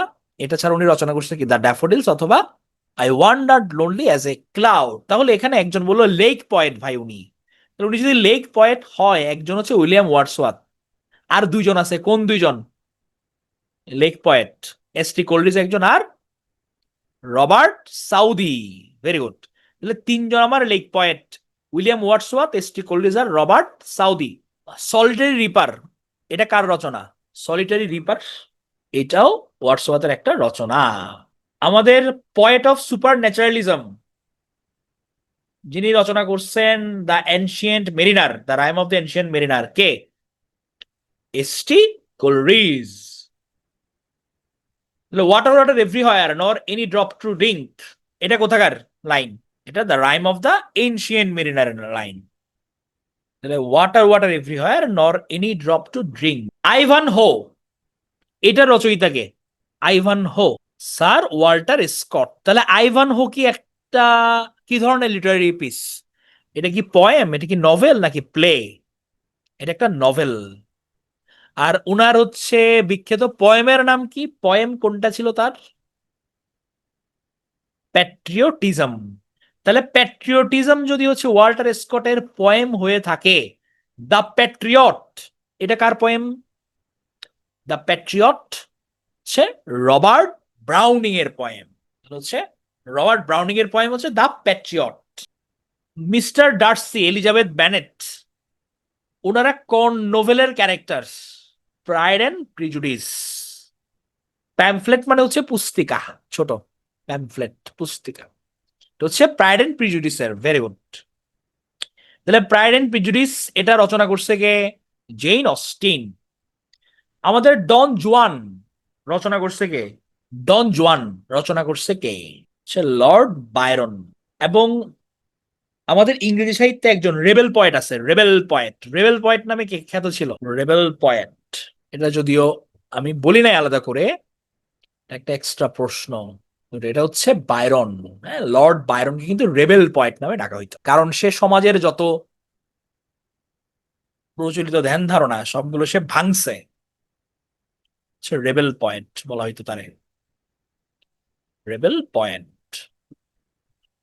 এবং হচ্ছে আমাদের বাংলাদেশের বাইরন কাকে বলা হয়? বাংলাদেশ, এটা হচ্ছে নজরুলকে, জাতীয় কবিকে, নজরুল লিখি হচ্ছে কাজী নজরুল ইসলামকে, জাতীয় কবিকে। হ্যাঁ, smart Byron, ladies man, playboy. আমাদের অ্যাডোনিস রচনা করছে কে? অ্যাডোনিস, না প্লেবয়ের সাথে মিলানো না, মানে উনি হচ্ছে গিয়ে সমাজের অসঙ্গতি এগুলোর বিরুদ্ধেও লিখতেন। অ্যাডোনিস লিখছে হচ্ছে পিভি শেলি। এখন পিভি শেলি অ্যাডোনিসটা কার মৃত্যুতে লিখছে? কার মৃত্যুতে লিখছে? সে কিটসের মৃত্যু লিখছে, তার পরম বন্ধু কিটসের মৃত্যুতে উনি লিখছে অ্যাডোনিস। ওজাইমেন্ডিয়াস, এটা কার রচনা? ওজাইমেন্ডিয়াস। বায়রন হচ্ছে নাম, বায়রন কবির নাম বায়রন, ওজাইমেন্ডিয়াসও শেলির রচনা। ওনার বিখ্যাত লাইন কি শেলির? O wind, if winter comes can spring be far behind. যে আমাদের শীত দেখে ভয় পাওয়ার কোনো কারণ নাই, পিছনে আসতে থেকে বসন্ত আসতেছে। Odes to a nightingale, ode to autumn, এগুলো লিখছে কে? কিডস লিখছে। তাহলে ওনাকে কি বলা হইতো? পয়েট অফ কিসের পয়েট বলা হইতো? Poet of beauty, poet of beauty নামে ওনাকে ডাকা হইতো। Very good. তাহলে আমাদের হচ্ছে একটা পিরিয়ড গেল, এখন হচ্ছে আমরা সেকেন্ড ধাপে যাব, ভিক্টোরিয়ান পিরিয়ড। কিন্তু পড়া মানে আপনারা হচ্ছে ক্যাঁকে করতেছেন বলে কিন্তু কমাই দিছি, অনেক পড়া, অনেকখানি পড়া কমাইছি। আমি কিন্তু নর্মালি হচ্ছে আরো বেশি পড়াই, আমি বেশি পড়াতে বিশ্বাসী, বাট হচ্ছে আরেফিন ভাই হচ্ছে, ভাই বললো যে না ওদেরকে একদমই কি জিনিসপত্র পড়াও, এই কারণে কাট করা হয়েছে। হ্যাঁ পড়াবো, পড়াচ্ছে, ক্লাস তো শেষ না। কিসের ব্রেক? 1 ঘন্টা কিসের ব্রেক? কোনো ব্রেক না, একেবারে শেষ করে দিব। তারপরে এটা বেশিক্ষণ সময় লাগবে না। কমন আসবে, আশা করি কমন আসবে। আর হচ্ছে গিয়ে তোমরা প্রিভিয়াস প্রশ্নগুলো অবশ্যই সলভ করবা, প্রিভিয়াস প্রশ্ন যেগুলো আছে এগুলোকে সলভ করবা। কাকা কি ছিল এটা? হ্যালো, 7-8 পাইতে হবে হাসান, তোমার 7-8 পাইতে হবে না, কারণ নাম্বারই আছে 5। So don't worry. আচ্ছা ঠিক আছে, 5 মিনিট ব্রেক। 10টা 10-এ শুরু করতেছি, 5 মিনিট ব্রেক। কেউ লিভ নিবা না, রিকোয়েস্ট, কেউ লিভ নিলে তোমরা আইবা না, আমি জানি। 5 মিনিট ব্রেক, 10টা 10-এ শুরু হবে। হ্যাঁ, প্রিভিয়াস থেকে 35 থেকে হচ্ছে আমরা 48 এগুলো দেখবো, মাঝখানে 40 হবে না। এ অলরেডি 6 জন নাই হয়ে গেছে। নাই হইও না, থাইকো। 10টা 10-এ আবার দেখা হচ্ছে। এবার হচ্ছে তাহলে আমরা এখন ঢুকবো হচ্ছে ভিক্টোরিয়ান পিরিয়ড। তাহলে ভিক্টোরিয়ান পিরিয়ড যার নামে, উনি হচ্ছেন কে? উনি হচ্ছে আমাদের মহান রানী ভিক্টোরিয়া, কুইন ভিক্টোরিয়ার নামে হচ্ছে মহান রানী ভিক্টোরিয়া। শিমু লিটারি টার্মস হচ্ছে এখনো পড়াই নাই, এটা আমি নেক্সট ক্লাসে পড়াবো। তাহলে রানী ভিক্টোরিয়া, এবং এই ভিক্টোরিয়ান পিরিয়ডে কিন্তু আমরা যে চার্লস ডারউইনের অরিজিন অফ স্পিসিস এই গ্রন্থটা দেখি, এটা কিন্তু এই টাইমের। ইয়েস, লাইভ ক্লাস করে এরপর শুধু স্লাইড, কোয়েশ্চেন ব্যাংক এগুলো পড়লেই হবে। তো এই ভিক্টোরিয়ান পিরিয়ডের তিনটা হচ্ছে গিয়ে বিখ্যাত কবি, তিনজন। উনি হচ্ছে ব্যাট নামে তারা পরিচিত। ব্যাট, ব্যাট মানে বাদুর না, এই ব্যাট মানে হচ্ছে বি দিয়ে রবার্ট ব্রাউনিং, এ দিয়ে হচ্ছে গিয়ে আলফ্রেড টেনিসন, এ দিয়ে ম্যাথু আর্নল্ড, আর্নল্ড মনে রাখি, আর টি দিয়ে হচ্ছে টেনিসন। তাহলে ব্যাট যে হচ্ছে আমার Robert Browning, Matthew Arnold, Alfred Tennyson, ওনারা বিখ্যাত কবি এখানে। তাহলে প্রথমে আসি হচ্ছে লর্ড আলফ্রেড টেনিসনের কাছে, ভিক্টোরিয়ান যুগের নেতৃস্থানীয় কবি। উনাকে বলা হয় lyric poet of the Victorian age, lyric poet of the Victorian age নামে উনি পরিচিত। উনার বিখ্যাত হচ্ছে যে কবিতা, সেটা হচ্ছে উলিসিস। তার বিখ্যাত একটা পয়েম উলিসিস, লোটস ইটার্স, এগুলো তার বিখ্যাত কবিতা।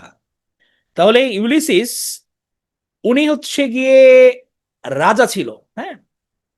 এখন বেচারা, আগে তার খুব সংগ্রামী জীবনযাপন ছিল, খুব অ্যাডভেঞ্চার করতো লাইফের মধ্যে। এখন সে শাসন করতে করতে একটু বোর্ড হয়ে গেছে, সে চিন্তা করতেছে অতীতের কথা, যে আগে আমি কত যুদ্ধ করতাম, কত উত্তেজনা ছিল আমার, হ্যাঁ। এখন ইউলিসিস বোর্ড হয়েও চিন্তা করে যে না, ও আবার একটু অ্যাডভেঞ্চার চাই। সে হচ্ছে এখন সমুদ্র যাত্রায় বের হবে। তখন হচ্ছে সে তার পুরনো যে বন্ধু যারা আছে, তার সঙ্গী, তাদেরকে আবার খুঁজে বের করে। এবং তাদের উদ্দেশ্য কি, তারা বলে যে না, বয়স আমাদের থামাতে পারবে না, মৃত্যুর আগে তারা নতুন করে কিছু খুঁজতে চায়, নতুন কিছু অর্জন করতে চায়। তারা বলে কি, যে to strive, to seek, to find and not to yield. যে আমাদের বয়স হয়ে গেলেও আমরা স্ট্রাইভ করব, আমরা সিক করব, খুঁজবো, আমরা ফাইন্ড করব, আমরা বশ্যতা মানবো না, বশ স্বীকার করবো না, আমরা এগিয়ে চলবো, ছুটে চলবো। তাহলে ইউলিসিসের মতো মানুষজন একদম বৃদ্ধ বয়সেও অ্যাডভেঞ্চার নেয়।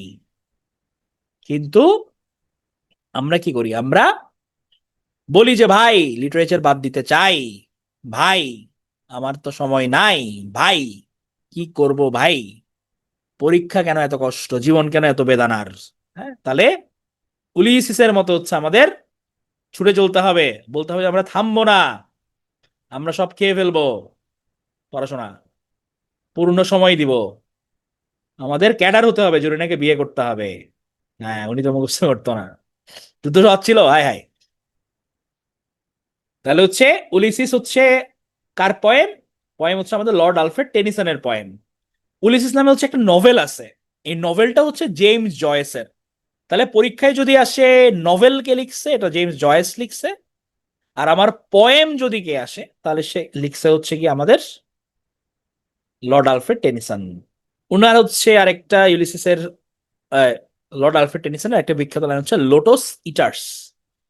তো লোটস ইটার্স এইটা হচ্ছে কি একটা গ্রিক পুরাণের কাহিনী, যেখানে দেখায় যে এই যে ইউলিসিস, ওরা অ্যাডভেঞ্চারে তো গেছে, অ্যাডভেঞ্চারে হচ্ছে গিয়ে তারা গিয়ে তারা একটা দ্বীপে আটকা পড়ছে। এখন দ্বীপে তারা একটা লোটাস নামে এক ধরনের ফল খায়। এই লোটাস ফলটা খাওয়ার পর তাদের মনে হয় যে তারা ক্লান্তি এবং নিষ্ক্রিয়তা, তাদের মনে হয় যে শালার আমি আর ফিরে যাব না, আমরা হচ্ছে গিয়ে এখানে বাস্তব জীবন কাজকর্ম থেকে বিচ্ছিন্ন হয়ে আমরা এখানেই থেকে যাব। এবং তারা মনে করে যে জীবন অত্যন্ত কঠিন, তাদের যাত্রার লক্ষ্য হচ্ছে অর্থহীন, বিশ্বাস করে যে অলস এবং নিরুদ্যম জীবন তাদের জন্য সুখকর হবে। এখন হচ্ছে আমরা অনেকে যেটা মনে করতেছি যে লোটস ইটার্স, আহা, যদি কিছু না থাকতো জীবনে, জীবনটা কত সুখের হতো, বাট গতিময়তাই জীবন। হ্যাঁ, তাহলে ছুটে চলতে হবে। মানুষ তার স্বপ্নের সমান বড়। So, আমাদের ছুটে চলতে হবে, মানুষের পক্ষে সবই সবই সবই সম্ভব।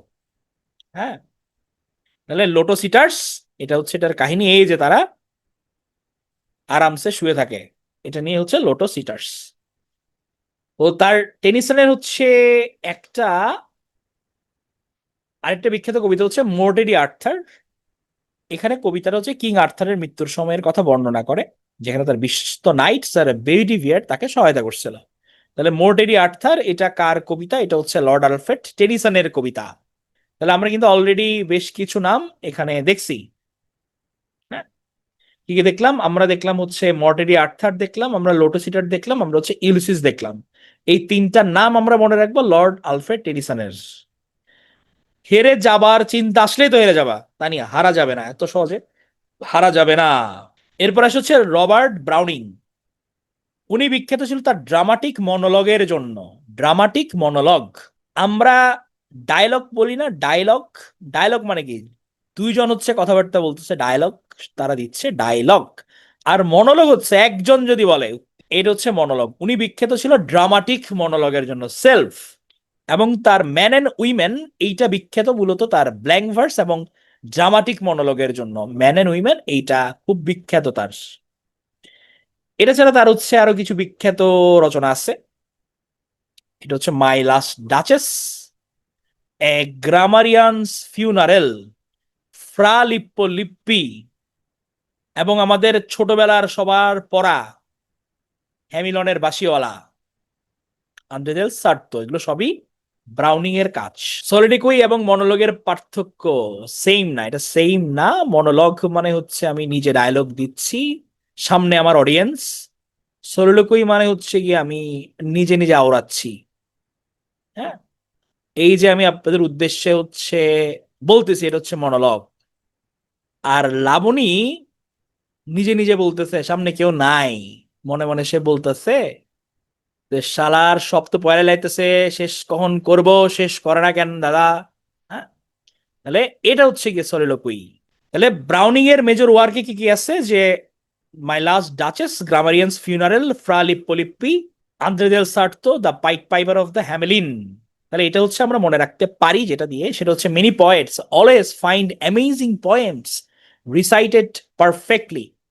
তাহলে my last duchess, Porphyria's lover, grammarian's funeral, Fra Lippo Lippi, Andrea del Sarto, pied piper of Hamelin, Rabbi ben Ezra, এবং দা প্যাট্রিয়ট। প্যাট্রিয়ট তো আমরা আগে দেখে আসছি, এটা তার বিখ্যাত রচনা।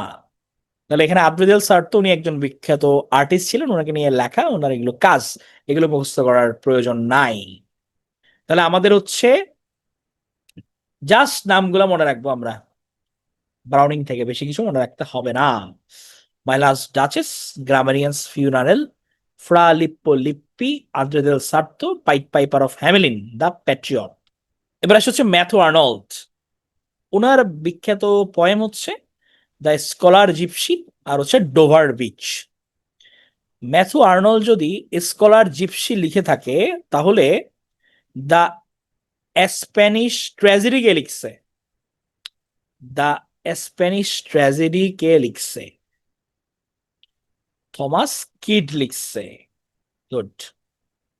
তাহলে আমরা ম্যাথু আর্নল্ড থেকে হচ্ছে দুইটাই মনে রাখবো, জাস্ট দ্য স্কলার জিপসি আর হচ্ছে ডোভার বিচ, এগুলো তার পয়েম। এবার আসি হচ্ছে আমরা ভিক্টোরিয়ান পিরিয়ডের সবচেয়ে পাওয়ারফুল ঔপন্যাসিক যাকে বলা যায়, যার নাম হচ্ছে গিয়ে যে চার্লস ডিকেন্স। হ্যাঁ, স্প্যানিশ জিপসিও আছে সাবা। তাহলে চার্লস ডিকেন্সের হচ্ছে বিখ্যাত উপন্যাসের নাম হচ্ছে গ্রেট এক্সপেকটেশন। গ্রেট এক্সপেকটেশন, এটা তার বিখ্যাত একটা উপন্যাস। এবং চার্লস ডিকেন্স তার উপন্যাসের মধ্যে লন্ডন শহরের কথা অনেকবার বলছে, লন্ডন তার ফেভারিট শহর ছিল। তো ওনার হচ্ছে great expectation, David Copperfield, adventure of Oliver Twist, a tale of two cities, এগুলো খুবই বিখ্যাত। খুবই বিখ্যাত তার রচনা। Great expectation, David Copperfield, adventure of Oliver Twist, a tale of two cities. এসে কি বলে, লিটারেচার বোরিং, হাসান বলছে বোরিং, ম্যাক্সিমাম তো ভালো লাগছে। অ্যাটলিস্ট চিন্তা করেন, এত যে সুন্দর সুন্দর লাইন, এগুলো তো হচ্ছে গিয়ে প্রিয় তোমাকে, প্রিয়সীকে, প্রিয়কে পাঠানো যাবে। হ্যাঁ, এটার জন্য হলো চিন্তা করেন যে না, লিটারেচার তো অ্যাটলিস্ট কিছু মেসেজ রেডি করে দিচ্ছে। তাহলে চার্লস ডিকেন্সের কি কি? Great expectation, David Copperfield, adventure of Oliver Twist, a tale of two cities, এগুলো হচ্ছে তার বিখ্যাত রচনা। তো এখানে দ্য গ্রেট এক্সপেকটেশন হচ্ছে গিয়ে উপন্যাসের প্রধান চরিত্র হচ্ছে পিপ। এই ক্যারেক্টারগুলো খুব ইম্পর্টেন্ট গ্রেট এক্সপেকটেশনের জন্য। পিপ, অ্যাস্টেলা, মিস হ্যাভিসাম, এগুলো হচ্ছে দ্য ইম্পর্টেন্ট ক্যারেক্টার্স। হ্যাঁ, তো এটার কাহিনীটা শুরু হচ্ছে যে আমাদের পিপের শৈশব নিয়ে, যে তার একটা গ্রামের মধ্যে বোন এবং দুলাভাই এর কাছে সে বড় হচ্ছে। একজন পিপ একদিন কবরস্থানে হচ্ছে গিয়ে একটা আসামির সঙ্গে তার দেখা হয়।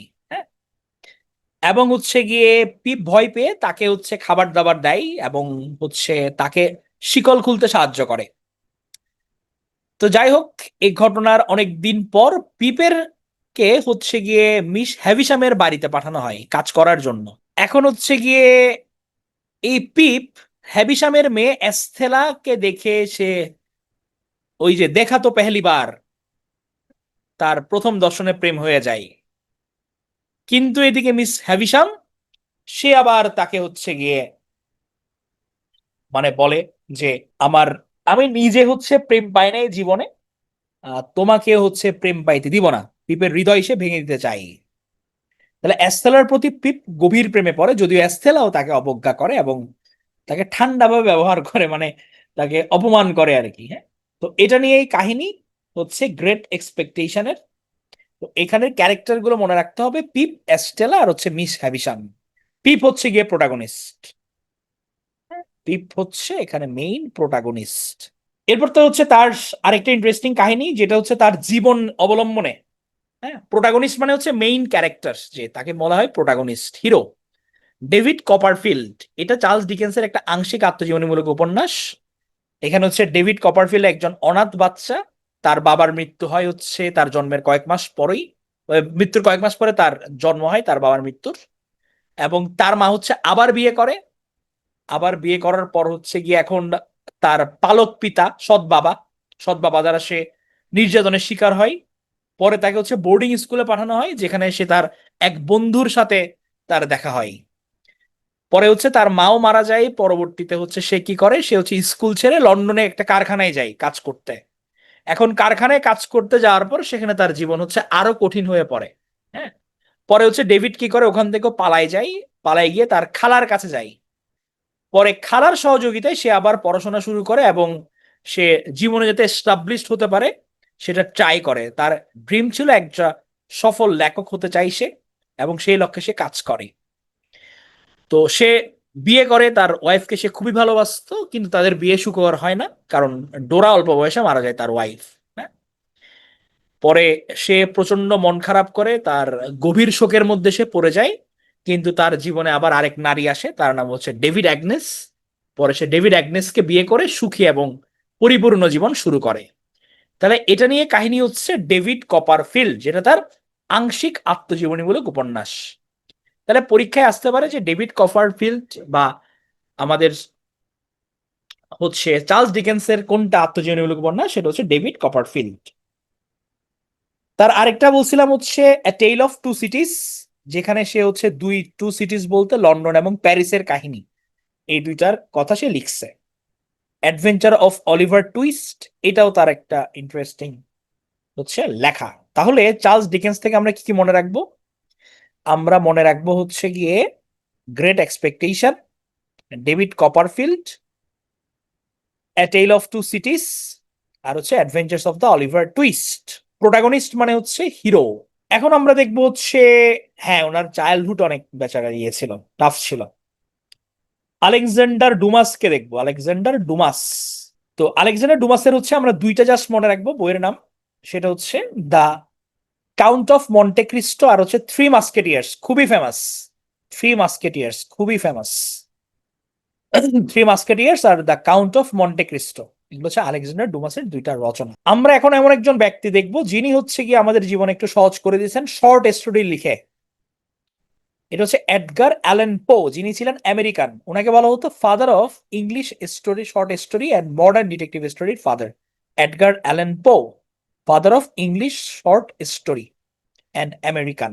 দ্য ব্ল্যাক ক্যাট, এটা তার অমর সৃষ্টি, the black cat.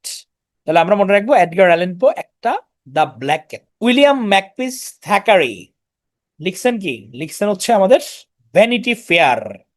Vanity fair একটা নামই, vanity fair, William Makepeace Thackeray. এখানে ম্যাক্সিমাম দেখবেন যে একটা দুইটা করে। এবার হচ্ছে শার্লট ব্রন্টে, উনি ছিলেন ফিমেল, শি। তো উনার ছদ্মনাম ছিল জেইন আয়ার, সরি, কিউরার বেল। কিউরাল বেল ছিল তার ছদ্মনাম, প্যান নেম। প্যান নেম ছিল হচ্ছে কিউরার বেল। হ্যাঁ, ওরা তিন বোনই কিন্তু খুব বিখ্যাত ছিল, কিউরার বেল এবং কিউরার বেল ছদ্মনামে উনি লিখছে হচ্ছে জেইন আয়ার। এই নভেলটা ফেমাস নভেল তার, শার্লট ব্রন্টের। হ্যাঁ, ফেক আইডি তার। এবং জেইন আয়ারের ক্যারেক্টার হচ্ছে জেইন আয়ারের নিজে, আর হচ্ছে রচেস্টার, এগুলো হচ্ছে তাদের ক্যারেক্টার। তার বোন এমিলি ব্রন্টের হচ্ছে আরেকটা ফেমাস নভেল আছে, সেটা হচ্ছে Wuthering Heights. Wuthering Heights, Emily ব্রন্টের উদারিং হাইটস। বা আপনাদের অনেকের পড়া আছে, এটা দেখে খুব ভালো লাগছে আমার, ভেরি গুড। বই পড়ার অভ্যাস থাকা খুবই ভালো। তাহলে উদারিং হাইটস এটা হচ্ছে এমিলি ব্রন্টের হচ্ছে রচনা। তো উদারিং হাইটস এর মধ্যে মূলত হচ্ছে হিথক্লিফ আর ক্যাথরিনের একটা রিলেশন নিয়ে এটা তৈরি। হিথক্লিফ হচ্ছে উপন্যাসের প্রধান নারী চরিত্র এবং ক্যাথরিনের স্বামী হচ্ছে এডগার লিন্টন, ক্যাথরিন এডগার লিন্টনের কন্যা হচ্ছে ক্যাথি লিন্টন, আর হিথক্লিফের ভাড়াটিয়া হচ্ছে লকউড। তো এখানে হচ্ছে মূলত মানুষের অন্ধকারের দিক এবং ভালোবাসা নৈতিকতার যে জটিল সম্পর্ক এটা তুলে ধরা হয়েছে উদারিং হাইটস এর মধ্যে। তাহলে হিথক্লিফের কথা আমরা একটু মনে রাখবো, এটার ক্যারেক্টার। তারপর হচ্ছে লকউডের কথা মনে রাখবো। হ্যাঁ, বাংলায় পাওয়া যায়, বাংলা ভার্সন পাওয়া যায়। তাহলে এমিলি ব্রন্টে এটা লিখছে কি উদারিং হাইটস লিখছেন। এবার আমরা দেখবো হচ্ছে আমাদের father of socialism Karl Marx. Karl মার্কসের কথা, সমাজতন্ত্রের প্রবক্তা। উনি ইংল্যান্ডে বসবাস করেছেন, জন্মগ্রহণ করেছিলেন জার্মানিতে। ওনার বিখ্যাত থিওরি হচ্ছে মার্কসিজম থিওরি, শ্রেণী সংগ্রাম তত্ত্বের প্রবক্তা। ওনার বিখ্যাত গ্রন্থ হচ্ছে দাস ক্যাপিটাল, সমাজতন্ত্রের বাইবেল নামে পরিচিত। তাহলে কার্ল মার্কসের কথা একটাই মনে রাখবো, ডাস ক্যাপিটাল তার বিখ্যাত গ্রন্থ। তাহলে উনার ফেমাস কোটেশন কি? ওনার কোটেশন হচ্ছে the history of all previous society has been the history of class struggle. মানব সংগ্রামের ইতিহাস মূলত শ্রেণী সংগ্রামের ইতিহাস। কারণ আমরা সবসময় কি, সবসময় হচ্ছে গিয়ে এক শ্রেণী আরেক শ্রেণীর এগেনস্টে লড়াই করে কিন্তু আলটিমেটলি টিকেছিল। হ্যাঁ, ধনী গরিবের যে বৈষম্য এটা সবসময় ছিল, শ্রেণী সংগ্রাম। এবং man make their own history, মানুষ তার নিজের ইতিহাস নিজে তৈরি করে। হ্যাঁ, মাদার মাদার নভেলটা ওনার লেখা। Religion is the opium to people, উনি বলছে কি যে মানুষ মানে ধর্মটা হচ্ছে মানুষের কাছে আফিমের মতো। আফিমের মতো হচ্ছে ধর্ম মানুষকে শোষণ করতে পারে। তাহলে ডাস ক্যাপিটাল এইটা মূলত আমরা এখান থেকে মনে রাখবো। এবং man make their own history আর হচ্ছে history of the class struggle, এগুলো হচ্ছে গিয়ে আমাদের ডাস ক্যাপিটালের স্রষ্টা কার্ল মার্কসের বিখ্যাত লাইন। এবার হচ্ছে আমরা ভিক্টোরিয়ান যুগের একজন ঔপন্যাসিকে দেখব যার নাম হচ্ছে জর্জ ইলিয়ট। যদি উনি জর্জ ইলিয়ট নামে ফেমাস ছিল, এটা কিন্তু তার ফেক আইডি। তার রিয়েল নেম ছিল হচ্ছে মেরি অ্যান ইভান্স। আমরা অনেকেই মনে করি আসলে জর্জ ইলিয়টই হচ্ছে মূল তার মূল নাম। হ্যাঁ, কিন্তু এটা তার ফেক আইডি। তার বিখ্যাত উপন্যাস হচ্ছে সাইলাস মার্নার্স বা সিলাস মার্নার্স। এটার আরেকটা নাম আছে, এটার নাম হচ্ছে weaver of the Raveloe. Silas Marner, এপি উইলিয়াম ডেইন, এগুলো প্রধান চরিত্র। তাহলে এবং একজন বলছিল যে ভাই স্প্যানিশ জিপসি, তাহলে স্প্যানিশ জিপসি হচ্ছে গিয়ে রচয়িতা হচ্ছে জর্জ ইলিয়টের এটা।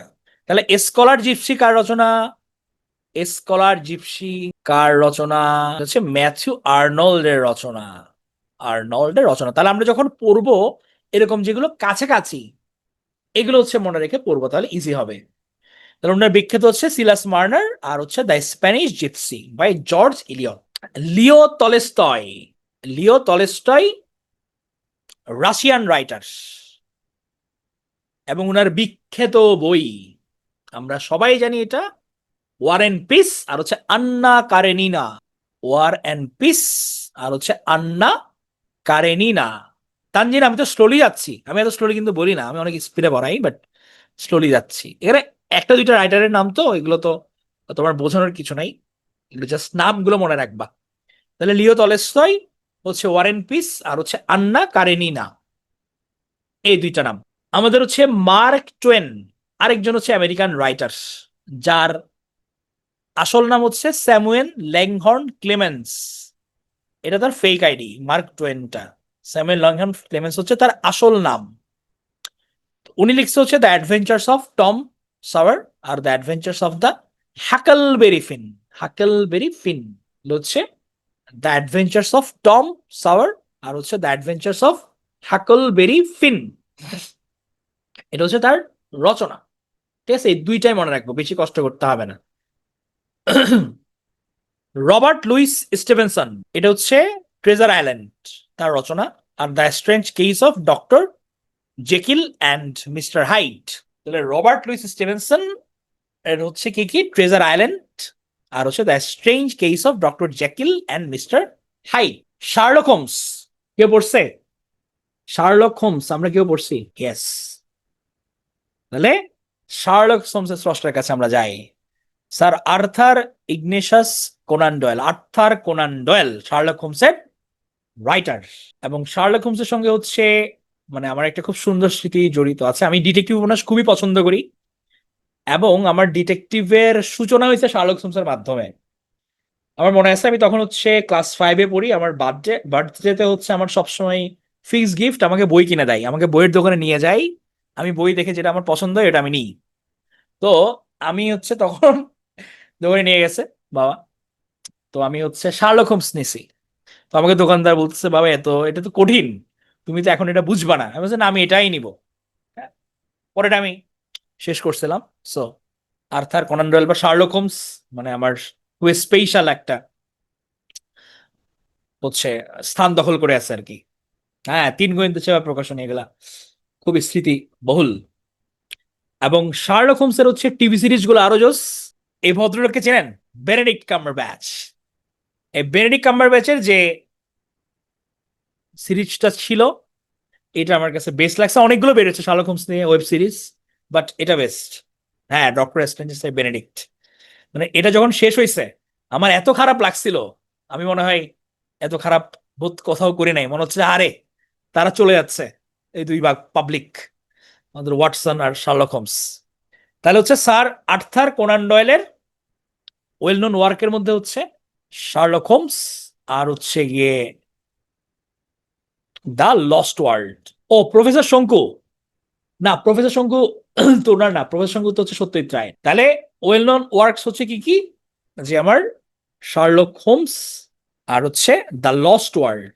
ম্যাক্সিম গোর্কি, ম্যাক্সিম গোর্কির বিখ্যাত নভেল হচ্ছে মাদার, মা।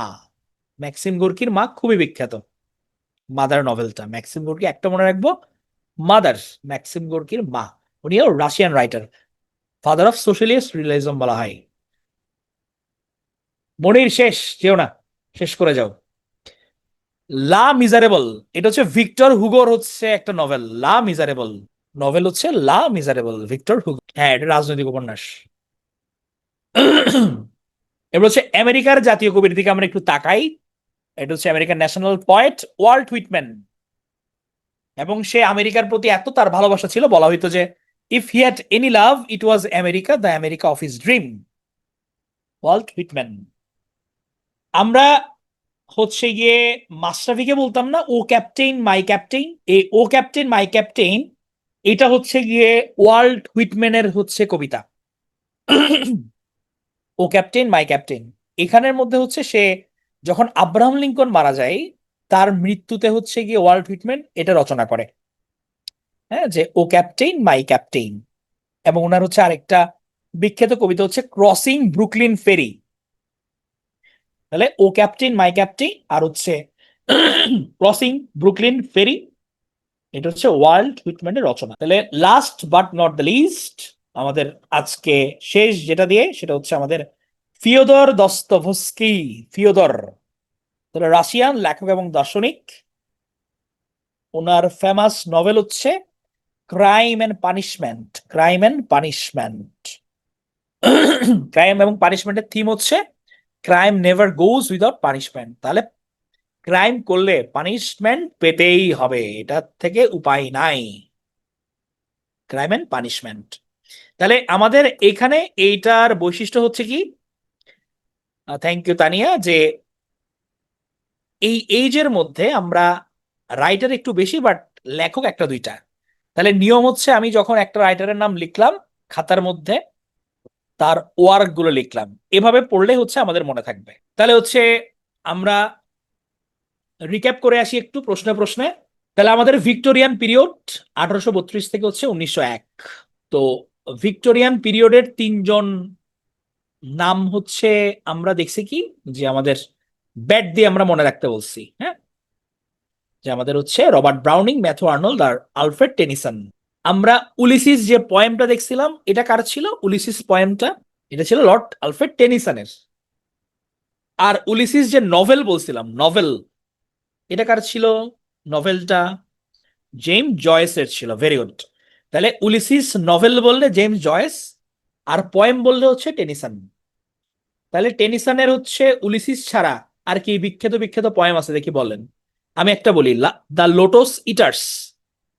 লোটস ইটার্স ছাড়া আরেকটা কি আছে এম দিয়ে শুরু? মর্টেডি আর্থার। মর্টেডি আর্থার, হায় হায়, ওজাইমেন্ডিয়াস গুলো এখানে। ওজাইমেন্ডিয়াস কি কার ছিল? ওজাইমেন্ডিয়াস কার রচনা ছিল? পিভি শেলির ছিল, হ্যাঁ। তাহলে ওজাইমেন্ডিয়াস এখানে ঢুকানো যাবে না। তাহলে মর্টেডি আর্থার হচ্ছে তার একটা পয়েম। আমরা হচ্ছে তো দ্য প্যাট্রিয়ট পয়েমটা দেখছি, যেটা ছিল আমাদের রবার্ট ব্রাউনিং এর। তো দ্য প্যাট্রিয়ট ছাড়া ব্রাউনিং এর আর কি কি মেজর ওয়ার্ক ছিল দেখি, লিখিত আমরা একটা একটা করে, মনে আছে কিনা? কি মনে আছে দেখি?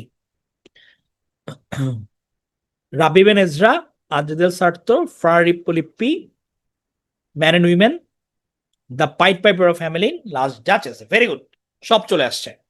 তাহলে আমাদের my last duchess, grammarian's, funeral, Fra Lippo Lippi, Andrea del Sarto, হচ্ছে the pied piper of Hamelin, হ্যামেলিনের বাসিওয়ালা।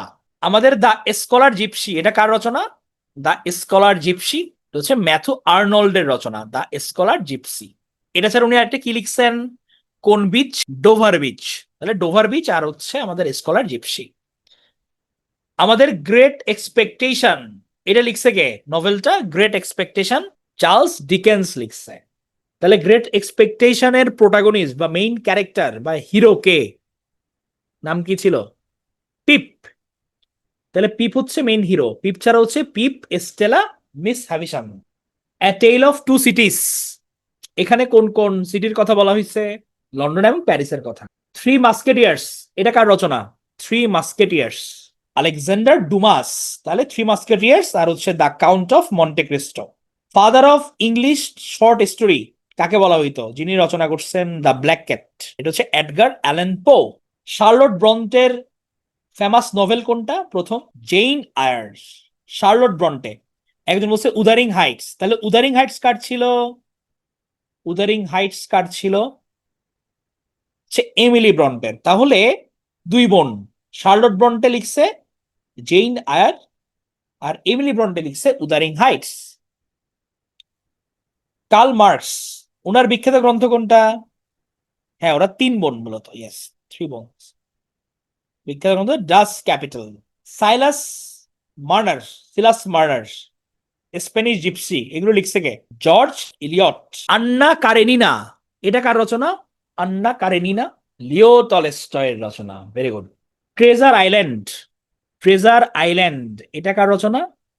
এটা হচ্ছে Stevenson, Robert Louis Stevenson. Saleha, সবাই তো পড়তেছে, তুমি যেটা করবা, তোমার যদি মনে না থাকে অন্যদের গুলো দেখে কমেন্ট করবে, তাহলে দেখবে যে মাথার মধ্যে গেঁথে যাবে পড়া। লা মিজারেবল, লা মিজারেবল হচ্ছে এটা কার রচনা? কে লিখছে লা মিজারেবল? হচ্ছে ভিক্টর হুগো। আর হচ্ছে ওয়াল্ট হুইটম্যান। ওয়াল্ট হুইটম্যানের হচ্ছে একটা কবিতার নাম লিখিত। ওয়াল্ট হুইটম্যানের একটা কবিতার নাম লিখি। ও ক্যাপ্টেইন মাই ক্যাপ্টেইন, আর হচ্ছে ক্রসিং ব্রুকলিন ফেরি। এরপর ফিওদর দস্তোয়েভস্কির হচ্ছে ক্রাইম এন্ড পানিশমেন্ট। তাহলে আমার গল্পটি ফুরলো, নোটে গাছটি মুড়লো।